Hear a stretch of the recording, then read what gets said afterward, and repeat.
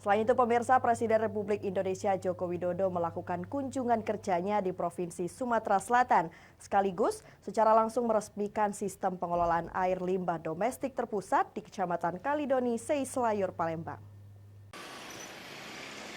Presiden RI Joko Widodo melakukan kunjungan kerjanya di Provinsi Sumatera Selatan. Secara langsung meresmikan sistem pengelolaan air limbah domestik terpusat di Kecamatan Kalidoni, Seislayur, Palembang.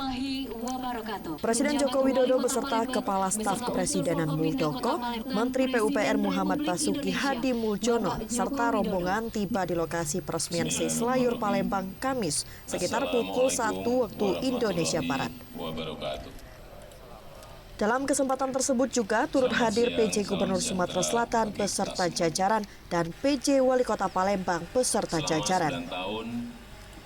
Dalam sambutannya, Presiden RI Joko Widodo mengutarakan baru pertama kali meresmikan sistem pengelolaan air limbah domestik terpusat dalam 9 tahun menjabat sebagai Presiden.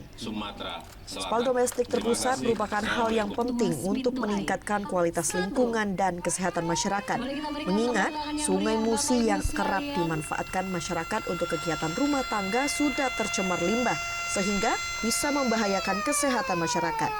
Spal domestik terpusat dibangun dengan anggaran 1,32 triliun rupiah, hasil kerjasama antar pemerintah Australia sebesar 690 miliar rupiah, pemerintah pusat 624 miliar rupiah, dan pemerintah daerah 24 miliar rupiah. Pengelolaan limbah domestik ini sangat penting untuk mengurangi pencemaran di Sungai Musi yang dapat membahayakan kesehatan masyarakat dan menurunkan kualitas lingkungan di Kota Palembang.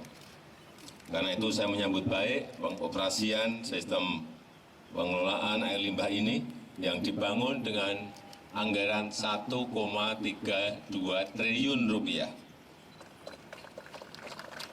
Ini hasil kerjasama, hasil kolaborasi antara pemerintah Australia yang paling banyak ini 690 miliar rupiah, kemudian pemerintah pusat 624 miliar, dan pemerintah daerah 24 miliar. Spal domestik terpusat saat ini baru menjangkau 10% dari penduduk Kota Palembang. Diharapkan bisa terus dilanjutkan sehingga Sungai Musi semakin bersih, masyarakat yang hidup di sekitarnya bisa semakin sehat dan aman beraktivitas. Dari Palembang, Erwin Setiawan, iNews melaporkan.